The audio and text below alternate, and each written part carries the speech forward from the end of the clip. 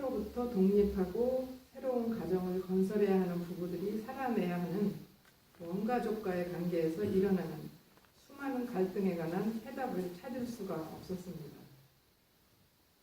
시어머니와 며느리의 갈등, 장모와 사위의 갈등, 시가 처가와의 관계는 세상적으로는 너무나도 예민하고 복잡한 문제들이 서로 얽혀서 단순한 해결책은 아무리 찾아도 없는 것만 같았습니다.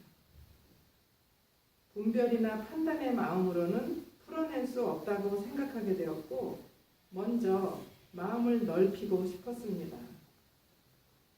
긴 세월을 지내고 성모 마리아에 관한 주제로 열린 피정 중에서 답을 찾았습니다.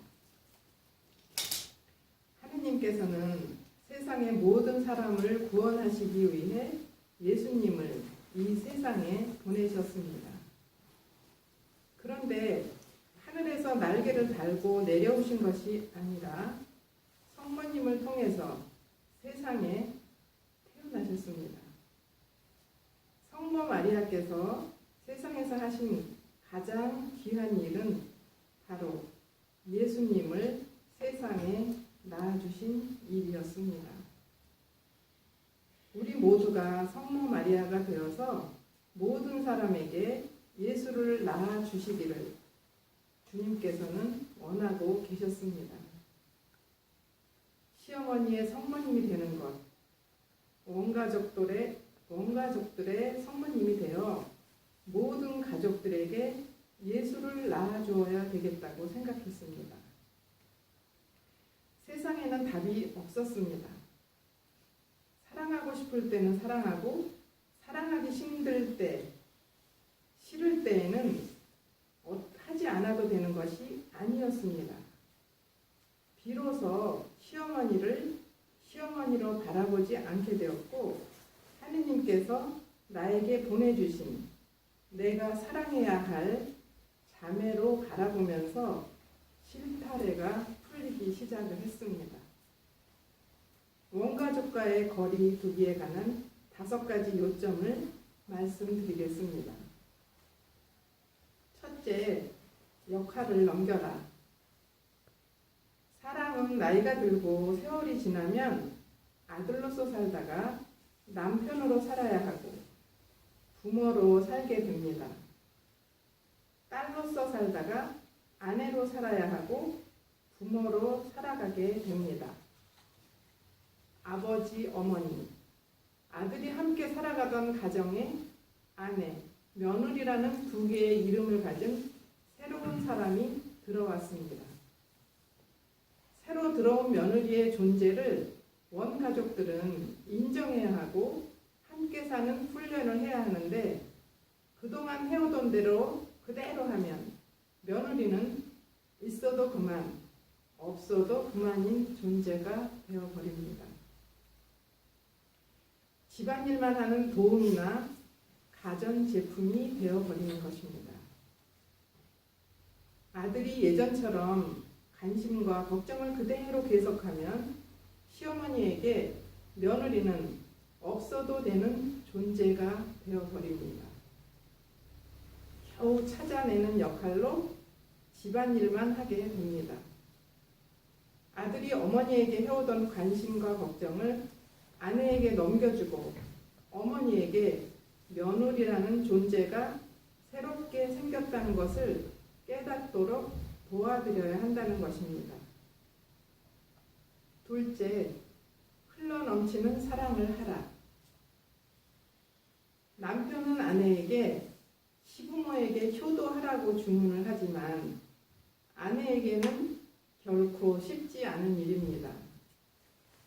부인이 새로운 가정에 와서 겪게 되는 여러 가지 어려움을 딛고 일어서서 시부모님을 더 많이 사랑하고 싶다는 생각이 자연스럽게 피어나야 가능한 일입니다.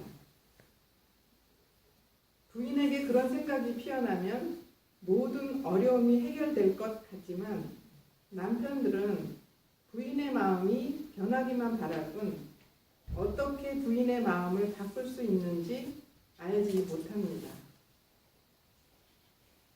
남편의 마음을 바꿀 수 있는 제일 빠르고 확실한 방법은 안타깝게도 한 가지밖에 없습니다. 많은 남편들이 이런 방법이 있다는 것을 알지도 못하고 알려주어도 하려고 하지 않습니다. 우리 남편이 나를 너무너무 많이 사랑해 주느라고 자기 부모를 챙기지도 못하는구나. 그러니 내 남편을 낳아주고 키워준 남편의 부모를 며느리인 내가 사랑해야겠다는 생각이 피어날 때까지 남편은 아내에게 넘치는 사랑을 해야 합니다. 넘쳐나는 사랑을 받은 부인이 그 사랑을 시부모에게 손상 없이 전하고 싶어져야 합니다. 셋째, 새로운 가정의 가장이 되었음을 가르쳐 드려라. 세상에서 자기가 낳은 자식이 잘못되기를 바라는 부모가 어디에 있겠습니까? 그러나 부모들은 결혼하기 전과 똑같은 방법으로 자식에 대한 관심과 걱정을 표현하기 때문에 자식이 잘못되어 버리는 상상조차 하지 않았던 상황을 맞아들이게 됩니다. 아들에게 받았던 관심이 줄어드는 것을 인정하고 받아들이는 부모는 그리 많지 않습니다. 부모님에게 새로운 현실과 기다림을 가르쳐 주어야 하는 것은 아들이 해야 할 의무입니다. 부모에게 새로워진 현실을 말로 설명해야 하는 것이 아니라 삶으로 받아들이게 해야 하는 것입니다. 품 안의 자식이 아니라 또 다른 새로운 가정을 건설해가는 한 가정의 주역임을 가르쳐 드려야 하는 것입니다. 이제는 독립된 또 다른 한 인격체임을 가르쳐 드려야 합니다. 부모들은 자식에 대한 걱정, 관심을 보여주는 것이 사랑하는 것이라고 생각합니다. 부모들은 자식을 키우며 그렇게 살아왔습니다. 오랜 세월 그렇게 살아왔기 때문에 결코 변하지 않습니다. 그래서 자식이 결혼하더니 변했다고 섭섭해할 것입니다. 부모들은 당연히 섭섭함을 겪어내야 하고 또 받아들이고 넘어서야 하는 것입니다.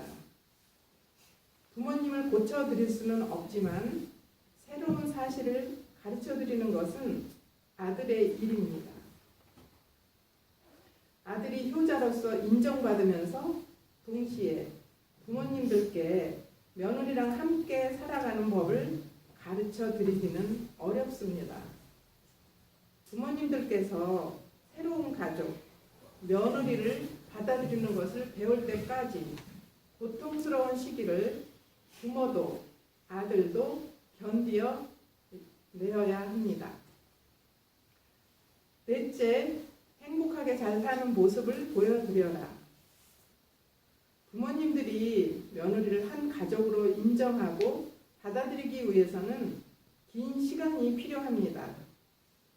그러나 남편이 아내에게 베푼 사랑이 넘치면 넘칠수록 그 시기는 빨라집니다.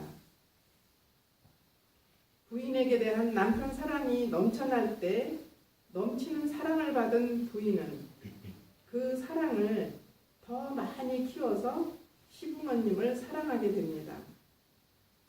그렇게 될 때 남편은 더 커다란 효도를 하게 됩니다. 새롭게 시작한 부부가 한 마음, 한 몸이 되어 있음을 계속해서 보여줄 때 부모는 다행으로 생각하고 문제를 일으키지 않고 잘 살아주는 것을 고마워합니다. 부모가 자식 부부 사이에 들어갈 틈이 없다고 믿게 될 때 이 세상에 또 하나의 새로운 가정이 태어났음을 인정하게 되고 자식을 또 다른 성숙된 인격체로 존중하게 될 것입니다. 이제까지는 부모가 자식들을 돌보아 왔지만 자식들이 부모들을 돌보아야 할 때가 그리 멀지 않아서 다가올 것입니다. 이제까지는 아들 한 사람의 사랑을 받으면서 살아왔지만 아들을 한 가정의 가장으로 존중하고 인정하는 부모는 일치된 부부에게서 부부 두 사람의 사랑, 그러니까 두 배로 커진 사랑을 받게 됩니다. 다섯째, 부부싸움 했던 문제를 들고 부모에게 가지 마라.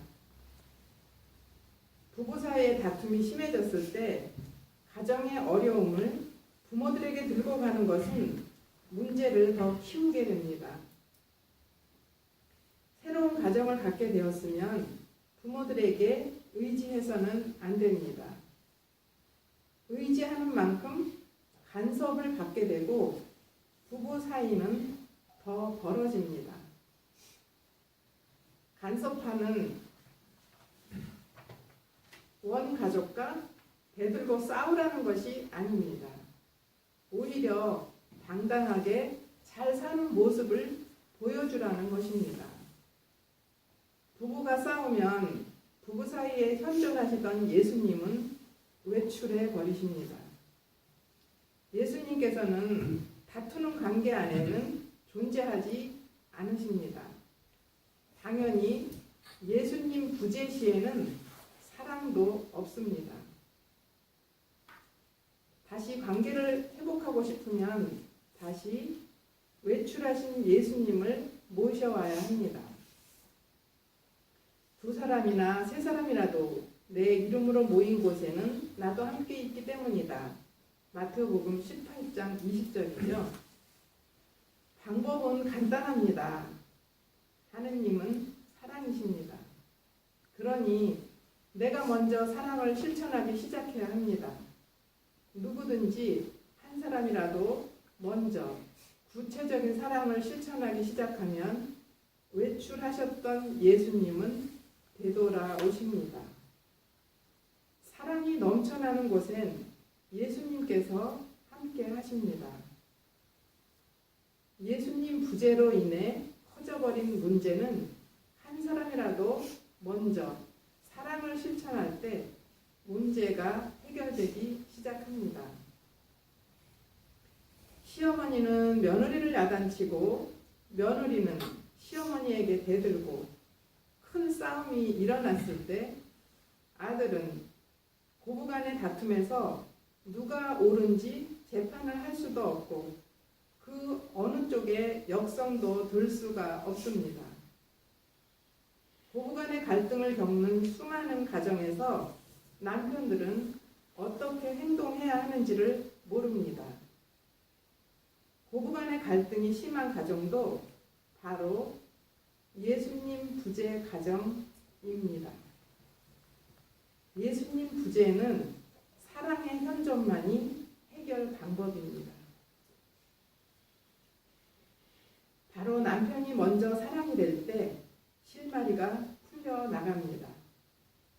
부인에게 거룩하고 착하게 살라고 강요하기 전에 남편이 먼저 사랑이 되면 됩니다.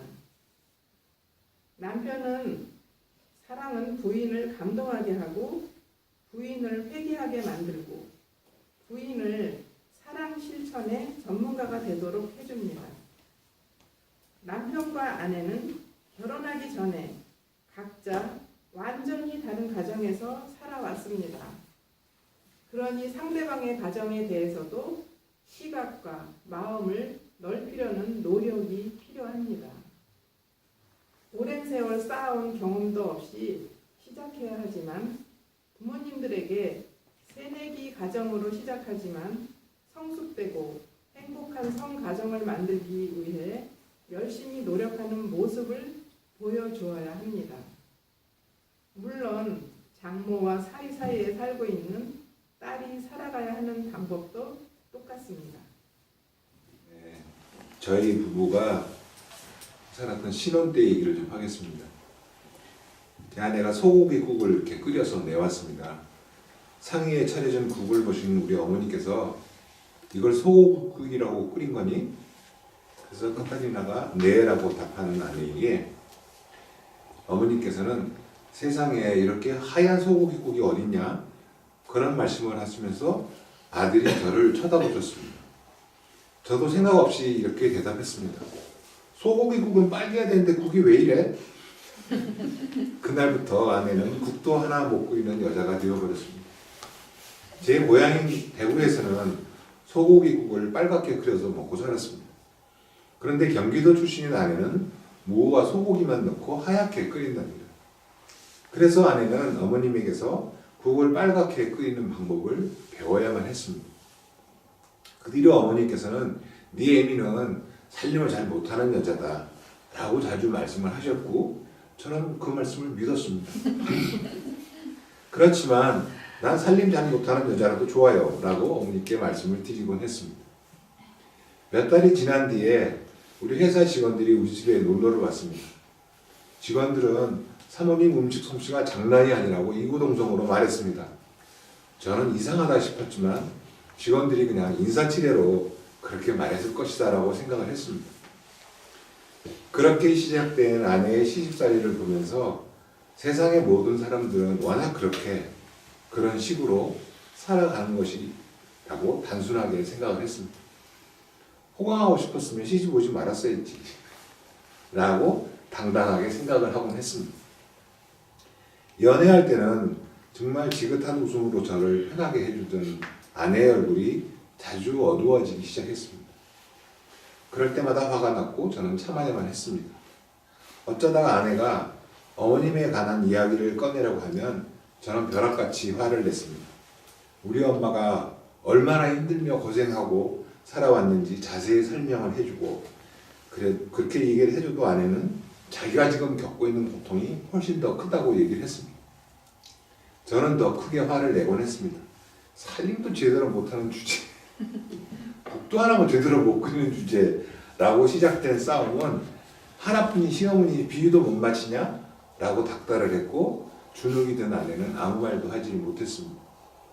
내가 형제가 많기나 하냐? 시아버지가 있기는 하냐?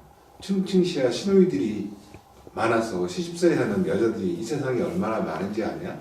라고 말을 하곤 했습니다.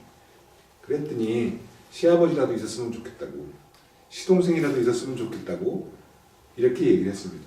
저는 복에 귀여운 소리를 한다고 아주 일축을 시켜버렸습니다. 그래서 부부싸움을 하면 언제나 제가 이겼습니다.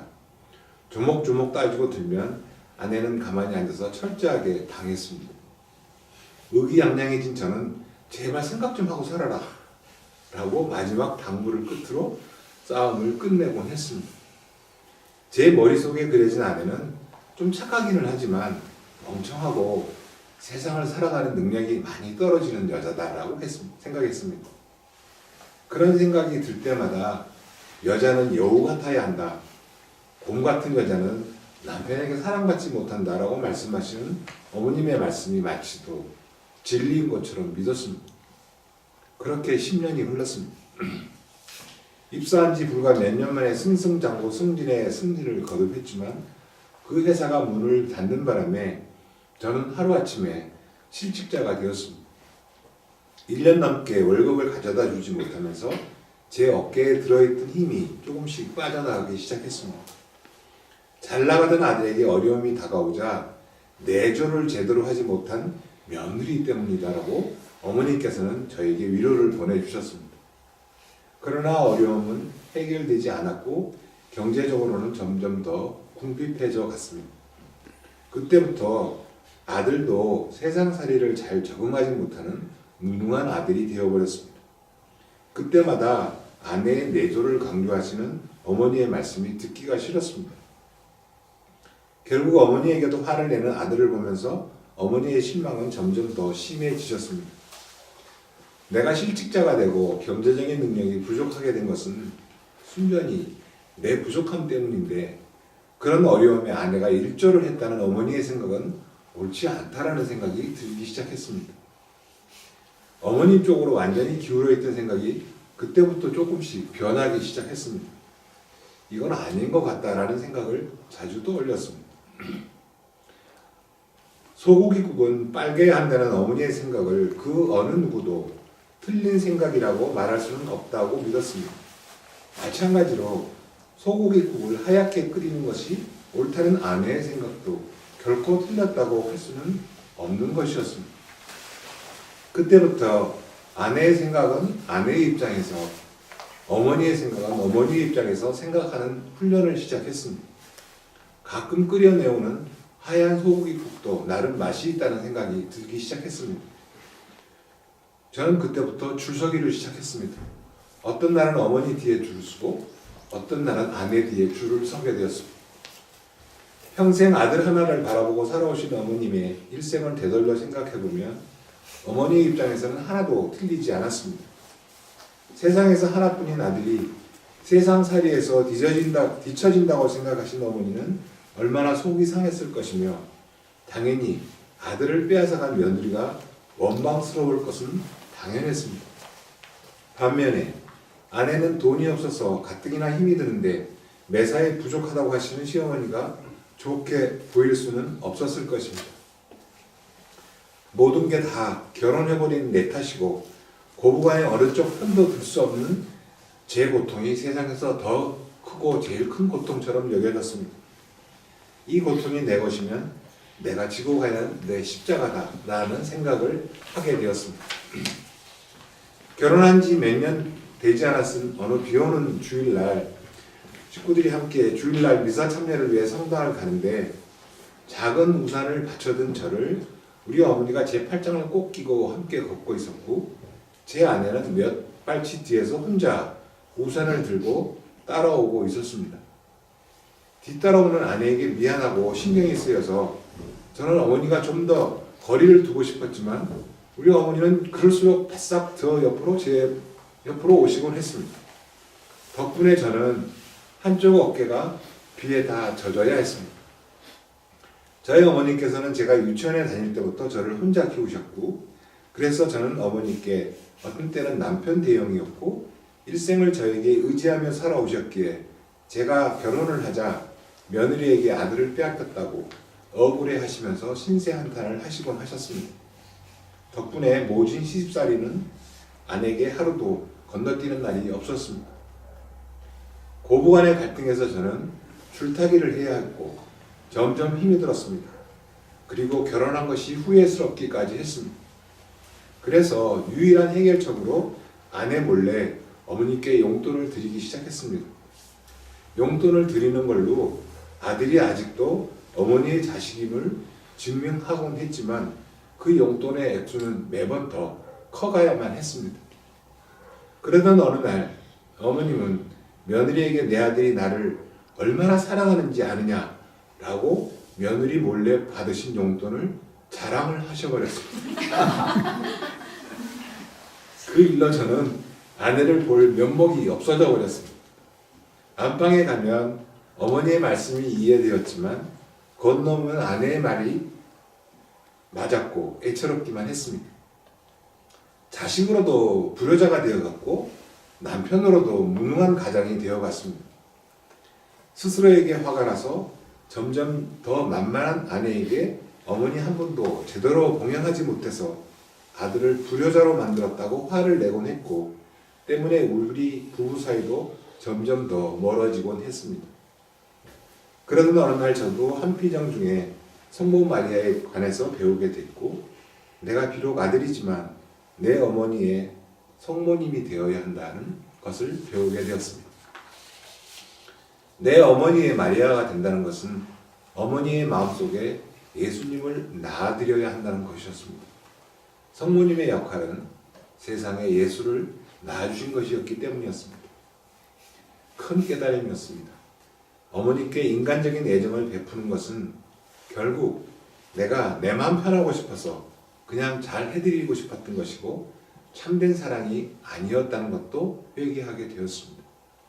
참된 효자가 되기 위해서는 참된 사랑의 실천을 가르쳐 드려야 하고 훗날 꼭 가셔야 할 천국을 준비시켜 드려야 한다고 깨닫게 되었습니다. 아들을 빼앗긴 것 같은 어머니의 아픔, 시어머니에게 내쳐지고 이해받지 못하는 아내의 아픔, 그 가운데서 줄타기를 해야 되는 저의 아픔, 모두에게 주어진 각자의 십자가였고 각자가 각자에게 주어진 십자가를 통해서만 예수님을 만날 수 있음도 깨닫게 되었습니다. 제가 어머니의 십자가를, 아내의 십자가를 대신 짊어질 수는 없는 것이었습니다. 그 대신에 각자에게 주어진 십자가를 각자가 잘 지고 갈 수 있도록 용기와 힘을 주어야 하는 것이었습니다.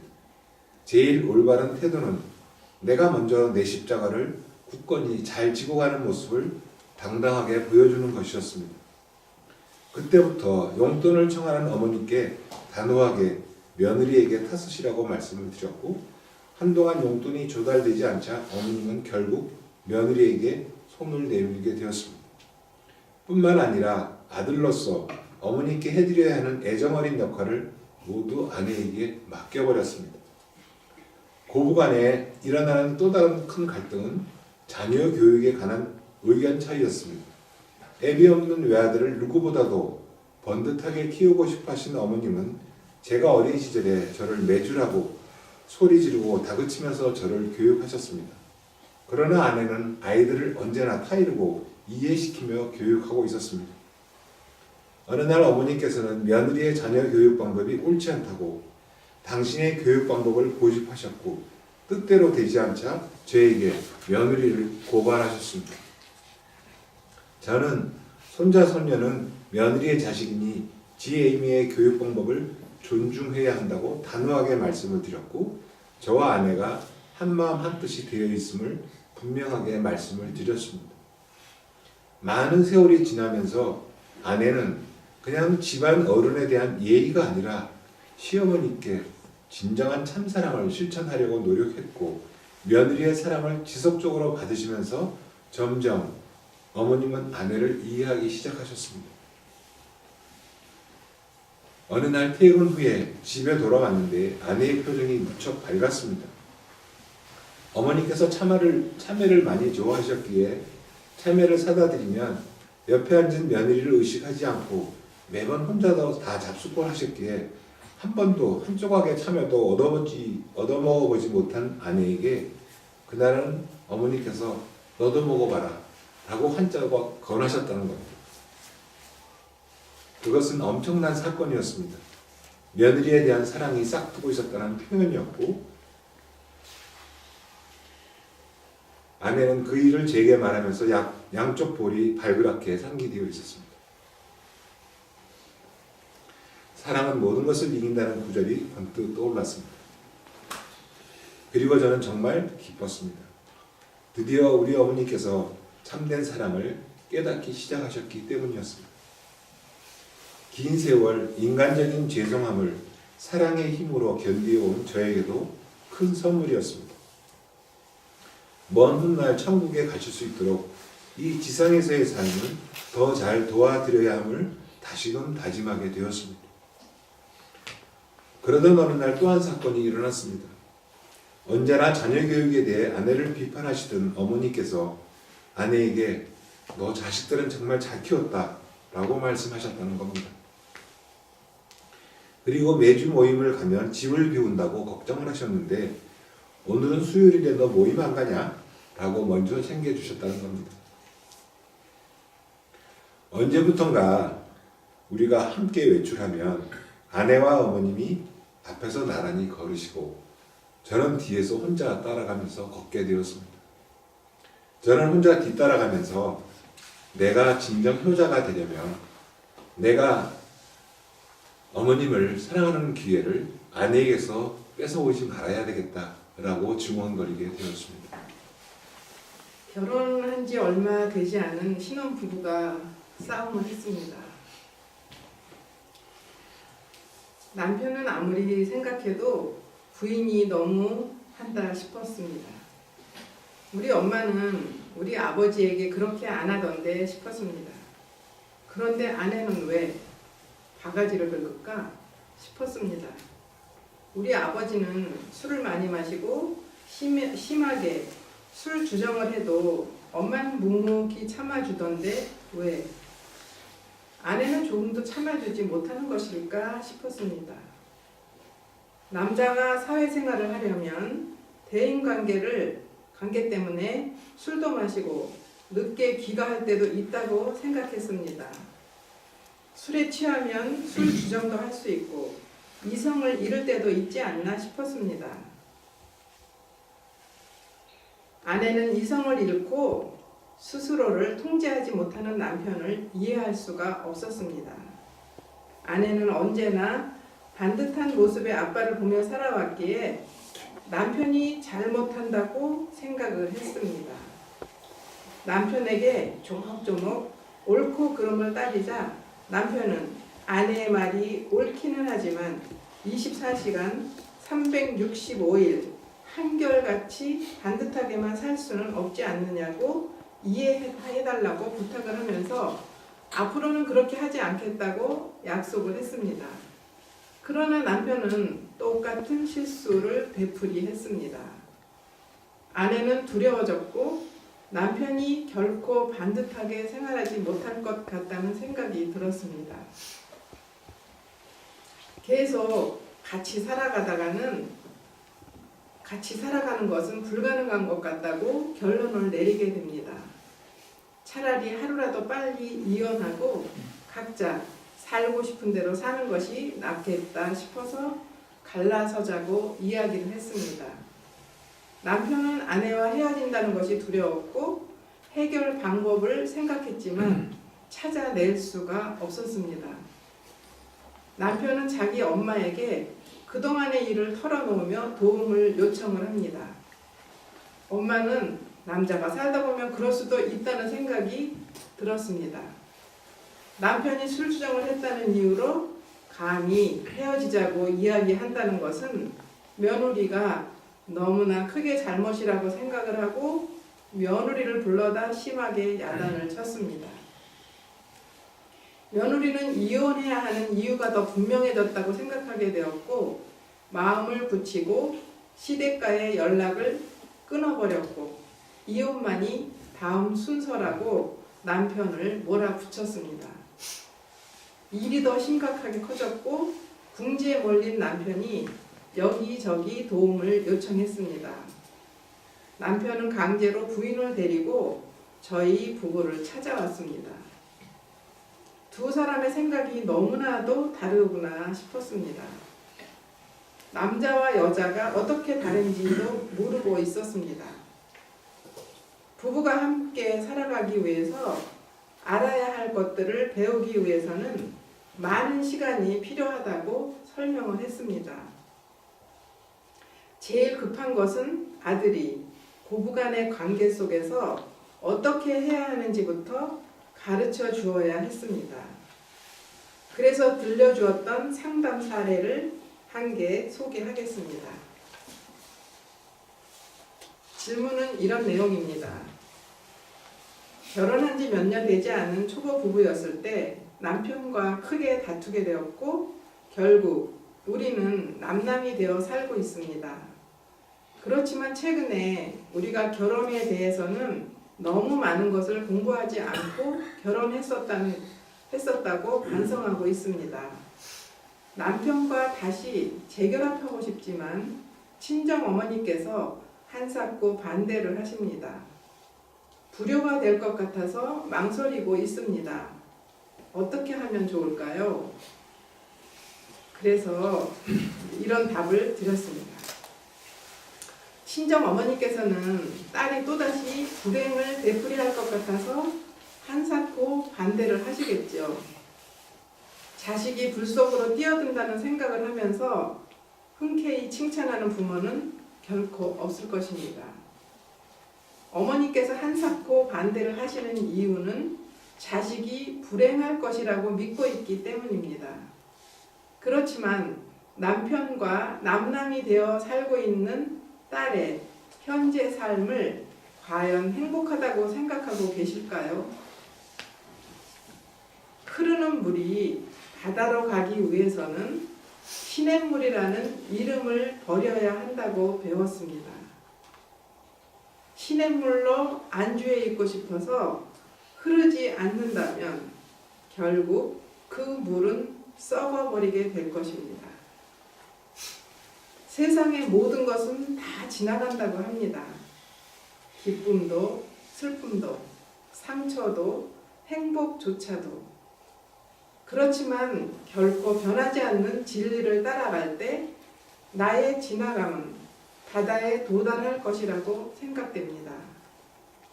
바다에는 세상의 모든 물들이 모여옵니다. 시냇물, 개울물뿐 아니라 하수구를 지난 부패된 물도 모여듭니다. 그리고 그 넓은 바다에 하늘에서 빗물이 내려와서 바닷물은 온갖 물고기들이 살 수 있는 물로 변화됩니다. 하늘에서 내려오는 빗물은 은총이라고 믿고 싶습니다. 내가 비록 어린 나이에 잘못된 결정을 했기 때문에 지금은 비록 아픈 시간을 보내고 있지만 나의 삶이 은총을 받아들일 준비가 되어 있다면 비록 잘못을 범했던 삶도 그리 오래지 않아서 행복이라는 삶으로 변화될 것입니다. 세상에서 살고 있기 때문에 우리는 여러 가지 일을 경험하게 되고 고통의 시간을 치러내어야 합니다. 나의 고통에 거룩한 의미가 담겨져 있을 때 우리는 나의 능력과 나의 뜻으로 살아가는 것이 아니라 비로소 은총으로 살게 됩니다. 나의 삶이 은총으로 인해 살아가게 될 때 우리의 행복을 간절히 바라시는 그분의 계획이 이루어지게 된다고 생각합니다. 먼저 내가 새롭게 시작하려는 이 시기에 나의 계획이 아니라 그분의 계획대로 살아가기 위해서 내 마음속에 주님께서 마음껏 일하실 수 있는 공간을 만들어 드렸는지 살펴보시라고 단호하게 말씀드리고 싶습니다. 내 삶을 주님께서 주관하시도록 내 자신을 주님께 내어드릴 각오를 하셨다면 당분간 불효를 하시라고 권하고 싶습니다. 내가 남편과 다시 새 출발을 해서 세상에 둘도 없는 아주 징그러울 만큼 행복한 부부가 된다면 그렇게 반대를 하시던 어머님도 잘했다고 기뻐하실 것입니다. 그럴 때 무슨 일이 일어날까요? 단호하게 반대하고 계시는 어머님도 지금은 결코 행복하지 않으십니다. 자식이 부모님에게 해드릴 수 있는 최고의 효도는 부모님께서 이 세상을 떠나실 때 천국으로 가실 수 있도록 도와드리는 것이라고 생각을 해봅니다. 내가 당당하게 행복한 삶을 보여드릴 때 어머니께서도 행복을 마련해 주신 주님을 온전히 받아들이실 것입니다. 그리고 어머님도 천국으로 가실 수 있는 준비를 잘 하실 수 있다고 생각합니다. 이제까지는 비록 어머니의 결정에 따라 살아오셨다 하더라도 이제는 잘못 살아온 내 삶을 바르게 판단할 수 있는 어른이 되었습니다. 내가 나의 삶을 제대로 살아갈 은총을 깨닫게 되었다면 이제는 내 어머니의 성모님이 되시라고 축원해 드리고 싶습니다. 어머님의 마음속에 예수님을 낳아드리세요. 남편의 마음속에 예수님을 낳아드리세요. 그래서 헛되고 헛된 세상의 모든 것은 다 내다버리고 오직 행복만을 주고 싶어 하시는 나의 주인님의 뜻을 찾아내고 실천하시라고 말씀드리고 싶습니다. 특별한 경우였는데 지금 다시 계획하면서 잘 살고 있어요.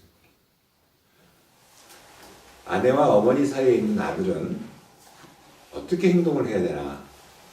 어머니와 아들 사이에서 결코 해결할 수 없는 분명한 문제가 일어났을 때 과연 아들은 누구 편에 서야 되는가? 어느 편의 생각이 옳고 어느 편의 생각이 틀린다고 재판을 해야 되는가? 정말 긴 세월 동안 고민 많이 했습니다. 저의 지혜롭지 못한 행동으로 인해서 자식으로도 아주 형편없는 자식이 되기도 하고 또 아내를 사랑하지 못하는 사람으로 판단을 받기도 했었습니다. 그렇지만 긴 세월의 시행착오를 통해서 주님께서는 저를 좀 더 주님께 가까이 데려가시면서 문제를 어떻게 바라봐야 하는지 조금씩 깨닫게 해주셨습니다. 우리 부부는 이런 고통을 허락하신 주님께서 바라시는 것이 무엇일까 깨닫고 싶었습니다. 우리에게 다가오는 어려움이 일어날 때 우리 부부는 피하지 않고 도망가지 않고 당당하게 맞서자라고 약속을 했습니다. 그리고 각자 마음속에 있는 것을 솔직하게 다 털어놓기로 약속을 했습니다. 각각 어떻게 행동해야 하는지 일치된 답을 찾아내지 못했을 때는 상대방이 깨달음을 갖게 될 때까지 또 감정이 잘 정리될 때까지 믿음을 갖고 기다리는 시간을 살아내자고 약속을 했습니다. 아내가 자기 감정과 이성의 싸움을 하고 있다는 생각이 들면 예전에는 두 팔을 걷어붙이고 이렇게 생각하고 이렇게 행동해라라고 지적질을 하고 방향 제시를 한답시고 아내를 더 힘들게 하곤 했었습니다. 그렇지만 우리가 그리스도인으로 살아가야 할 길을 찾아내자고 약속을 하고 나서부터는 저는 결심을 했습니다. 아내가 힘겨워하면 저는 묵묵히 기다려야 한다고 다짐을 했습니다. 그 기다림은 아내가 긴 세월 시집살이를 하면서 살아왔던 기다림이 바로 이런 것이 아닐까 생각하게 해주었습니다. 제가 기다림을 훈련하면서 아내가 그동안 말하지 못하고 살아왔던 아픔을 조금이나마 제가 경험을 하게 되었습니다. 아내는 제가 힘겨워하면 제가 생각을 정리하고 다시 대화를 시작할 때까지 또 기다려 주었습니다. 살얼음 위를 걷는 것처럼 조심스러웠고 힘들었지만 우리는 어려운 문제 앞에서 많이 주님 앞으로 나아갈 수가 있었습니다. 어머니와 아내가 각각 다른 의견을 갖게 되면 어머니께서는 아들에게 며느리의 생각이 틀렸다라고 아들을 데리고 앉아서 긴 시간 동안 며느리를 고발합니다. 예전에는 듣기 싫었기 때문에 언제 이 순간을 모면할까 궁리하고 적당한 틈을 찾아서 도망가 버리곤 했습니다. 마찬가지로 아내가 저에게 어머니 때문에 힘들다는 이야기를 하면 역시나 듣기 싫었기 때문에 아내를 윽박지르거나 조목조목 지적하면서 효부의 태도가 아니다 라고 다그치고 입을 다물게 해버렸습니다. 흔히들 말합니다. 딸 같은 며느리, 엄마 같은 시어머니가 되면 고부간의 갈등은 굳이 경험하지 않고 살아갈 수 있다 라고들 말합니다. 저는 그 말을 믿지 않습니다. 주님께서는 며느리는 며느리로 시어머니는 시어머니의 역할을 하도록 계획하셨다고 믿습니다. 이렇게 세상에 며느리가 있고 시어머니가 있습니다.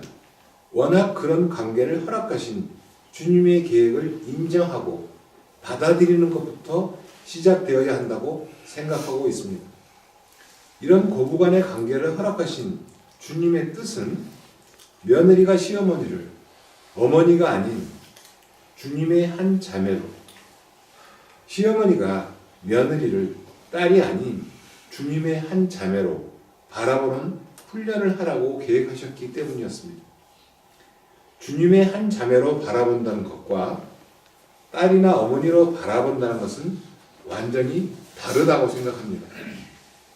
엄마나 딸로 바라보면 인간적인 정으로 이어지게 되고 정이란 싫기도 하고 좋기도 하면서 좋을 때는 좋은 대로 싫으면 싫은 대로 행동할 수밖에 없습니다. 그러나 사랑해야 할 주님의 한 자매로 바라본다는 것은 완전히 다릅니다. 싫어도 좋아도 사랑을 멈추어서는 안 된다고 배웠습니다. 아내가 시어머니를 시어머니가 아니라 사랑해야 할 한 자매로 보기 시작했다고 선언하던 날부터 우리 부부에게 맡겨졌던 숙제가 술술 풀려나가기 시작했습니다. 아내가 그런 다짐으로 완전히 다른 태도를 보이는 모습을 보면서도 저도 실마리를 찾아냈습니다. 아내가 시어머니에게서 갖게 된 어려움을 이야기할 때 저에게 시어머니를 어떻게 설득해서 시어머니의 생각이나 행동을 변화시켜 달라는 것이 아니었구나를 비로소 깨달았습니다. 아내가 힘들다고 말하는 것은 남편에게 이해받고 싶다는 것임을 그때서야 알게 되었습니다. 어머니가 이렇게 저렇게 해주어야 한다고 말하고 있지만 평생 갖고 살아온 가치관을 하루아침에 변화시킬 수 없다는 것을 아내도 벌써 알고 있었습니다. 그러나 그 변할 수 없는 시어머니를 내가 받아들이고 맞추어 살기 위해서 얼마나 열심히 노력하고 있는지, 그래서 얼마나 힘이 드는지, 그래서 남편에게 이해받고 싶어 한다는 것을 알게 되었습니다. 마찬가지였습니다. 우리 어머니께서 저에게 며느리에 대한 고발을 할 때도 마찬가지였습니다. 당신께서 살아오시면서 긴 세월 동안 갖게 된 생각에 비추어 볼 때 며느리가 이해 안 된다는 하소연이라는 생각이 들었습니다. 그렇다면 나는 어떻게 행동해야 되나? 너무나 쉽고 분명해졌습니다. 아내와 어머니의 말을 끝까지 잘 들어주는 것, 그리고 정말 마음으로 이해가 될 때까지 상대방의 입장이 되기 위해 노력하는 것이라고 믿게 되었습니다. 그렇지만 그것이 끝이 아니라고 생각했습니다. 아들로서 진정한 효도를 해야 한다는 생각을 다시 떠올리게 되었습니다. 어머니께서 아들에게 이해받았다는 생각을 갖게 되면 비로소 어머니와 아들은 하나가 될 것이고, 그 신뢰를 바탕으로 어머니께서 세상을 떠나 옮겨가셔야 할 천국에 관해 말씀을 드릴 수 있다고 생각하게 되었습니다. 저희 부부의 삶의 목표는 예수님을 닮고 그렇게 살아내서 훗날 천국에 가는 것입니다. 그래서 어머니도 천국에 가실 수 있도록 도와드리는 것이 진정한 효도라고 믿게 되었고, 아내도 함께 하기로 약속을 했습니다. 그래서 비로소 고부간의 갈등에서 자유로워지게 되었습니다. 얼마 전에 아침에 혼자 병원에 치료를 받으러 제가 갔습니다. 혼자 치료를 받고 점심시간이 되었기 때문에 그날은 나 혼자 점심을 사 먹어야 됐습니다. 뭘 먹을까 생각을 했습니다. 집에 들어가면 아내가 점심 때 뭘 먹었냐고 물어볼 것 같았습니다. 그래서 아내가 좋아하는 대구탕을 먹었다고 하면 잘했다고 칭찬을 받을 것 같다 라는 생각이 들었습니다. 그래서 식당에 들어갔습니다. 그런데 차림표에 적혀있는 메뉴에 내장탕이 눈에 들어왔습니다. 잘 먹지 않았던 내장탕입니다. 그런데 문득 먹어보고 싶었습니다. 주문을 했고 뽀글뽀글 소리 내면서 나온 내장탕을 한 숟가락 떠먹었습니다. 울컥 목이 메었습니다.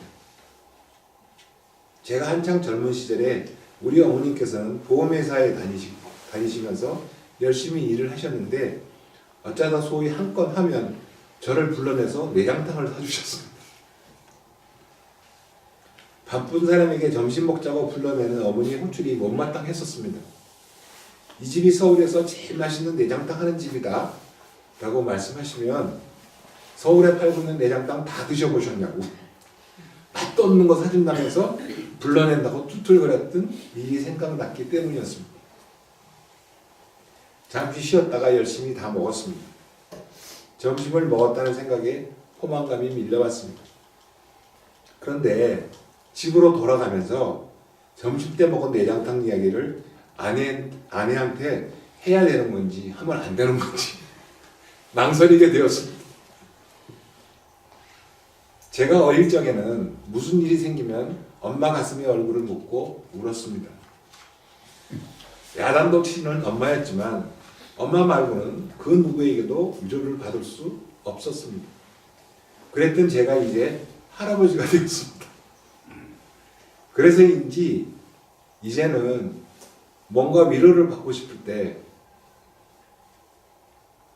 아내의 가슴에 얼굴을 묻어야 된다는 생각이 들었습니다. 집으로 돌아와서 아내에게 제가 먼저 이야기를 꺼냈습니다. 점심으로 내장탕을 먹었는데 어쩌고 저쩌고. 제가 이야기를 마치자 아내는 그래도 어머니는 아들을 불러내서 점심도 사주시곤 했었구나 라고 말을 했습니다. 그렇지만 저는 한번 안아주라 라고 말하고 아내의 가슴에 얼굴을 묻었습니다. 아내는 제 뺨을 토닥거려 주었습니다. 잠시 후에 얼굴을 들고 내가 하지 말았어야 할 얘기를 괜히 한 건 아니냐, 혹시 기분 나쁘지 않느냐라고 물었습니다. 아내는 고맙다라고 대답했습니다. 네, 여기까지 하겠습니다.